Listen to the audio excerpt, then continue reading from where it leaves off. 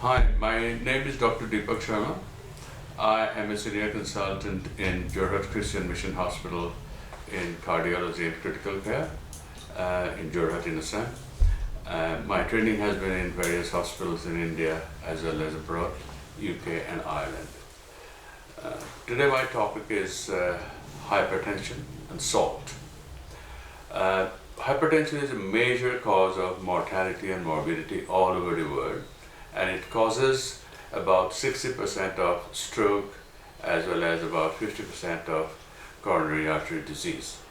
It's ranked third in the league table of this kind in mortality and morbidity from all causes all over the world.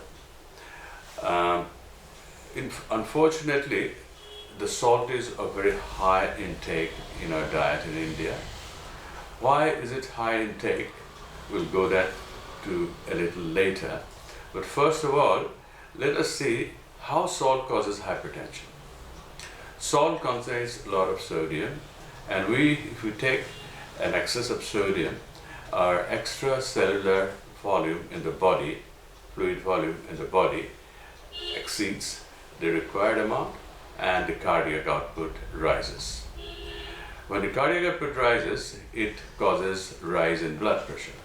However, body has some rising mechanism, and a cascade is activated in the body, and through a complex mechanism, the blood pressure is again rendered normal. However, in some people it doesn't happen. These are the people who have salt sensitivity. Now, in this case, the cascades which bring the blood pressure to normal after the extracellular fluid volume increases, the cardiac output increases, and the BP increases. This cascade or the writing mechanism is faulty in these people with salt-sensitive hypertension, and the temporary hypertension which occurs remain high. The other thing, of course, when there is excess of sodium in the body, the kidney tries to throw out the water from the body and the sodium to some extent as well, but at the expense of some toxic material which should be excreted from the body by the kidney remains in the kidney itself. Now, people say human race has been taking salt for ages. In a way, that's right, but in a way that's not correct. Actually, in the evolution of human race, for many million years, human was not used to salt at all. They didn't know what salt was at that time. They derived all the sodium that is required for our body, and remember, sodium is required for our body from natural sources of diet. However, only a few centuries ago, and a few centuries is a very small period in the history of the million of years of human evolution, and the Chinese devised salt and used salt to use them to preserve food. But gradually people started developing a taste for salt in their diet, and unfortunately the taste still remains, because once a habit develops, it's very difficult to get rid of it. The old saying is that old habits die hard. So our palate and the tongue now very much used to salt in our diet. So what do we do about it? Unfortunately, in India, the salt intake is very high. A study conducted by the Public Health Foundation of India, PHFI in short, showed that our diet in India consists of more than about 11 grams of salt daily in the diet. That is 5 times more than what is required for a human being. That is, we need only 2 grams of salt or sodium in our diet. And it is this 10 point whatever, most or more or less 11 grams of salt in the diet, more than twice the normal, higher limit of normal, in fact, recommended by World Health Organization. Now, various studies have shown that salt is in the center of causing hypertension. Well, people ask me, is there any data?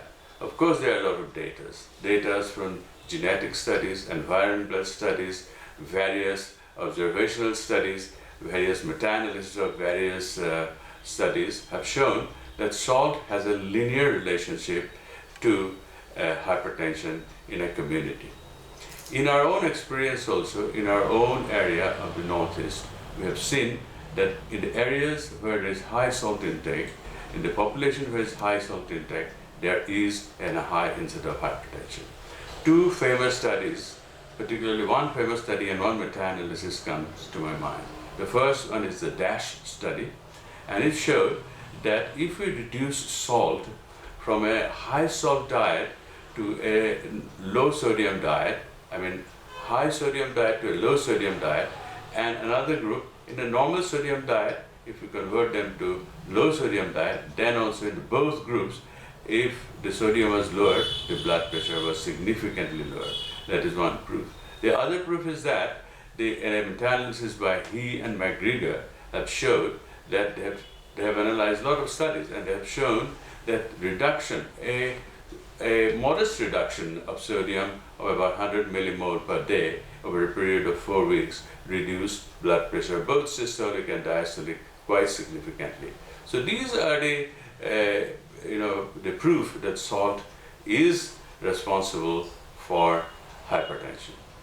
Now, what do we do about salt, particularly in a population? We have to let them know, educate them that salt is bad. It is related to hypertension, and hypertension leads to cardiovascular disease and stroke and heart attacks, etc., etc.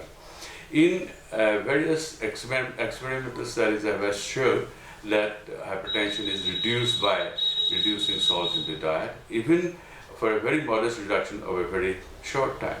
Our experience in this part of the world has shown that the areas I had already mentioned, some areas of our country has high salt intake, particularly in the hilly areas like Kashmir and the hilly areas of northeast India like Sikkim. They use salt in diet in some of the population areas. So in those areas, hypertension is increased. Incidence of hypertension is much high. And also in Assam and in North Bengal, in the tea garden community where salt intake is very high, they use salt in tea. And they have found that we have found that salt intake relates very linearly with hypertension, incidence of hypertension. But the good news is, if we reduce salt in the diet, and we have found that in our own experience also, in a study conducted by ICMR and Assam Medical College, they showed that by a very simple method of educating them, the people in awareness programs, distributing leaflets and reminding them that salt is injurious to health in terms of hypertension, they have got rid of this, taking high salt in the diet, and they have found that over a period of about a couple of months, the blood pressure starts to come down, and it really is very effective.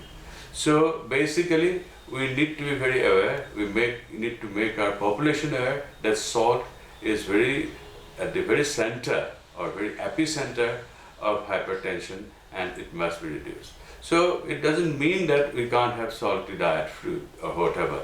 We can have still savories, but we have to be moderate about what we take.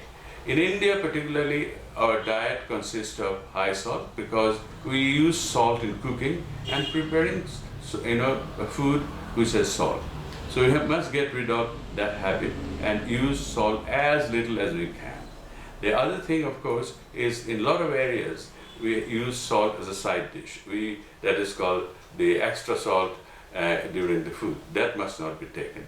We must make a habit of taking more fruit, fresh vegetable, unprocessed fruit and fresh vegetable, not canned and processed, but unprocessed fresh fruits and vegetables. We should take nuts and lentils or whatever, peas, not salted but unsalted, and we can make our diet quite moderate in this regard, and this will go a very long way. It requires not a big effort, but it requires some public education really and awareness as well.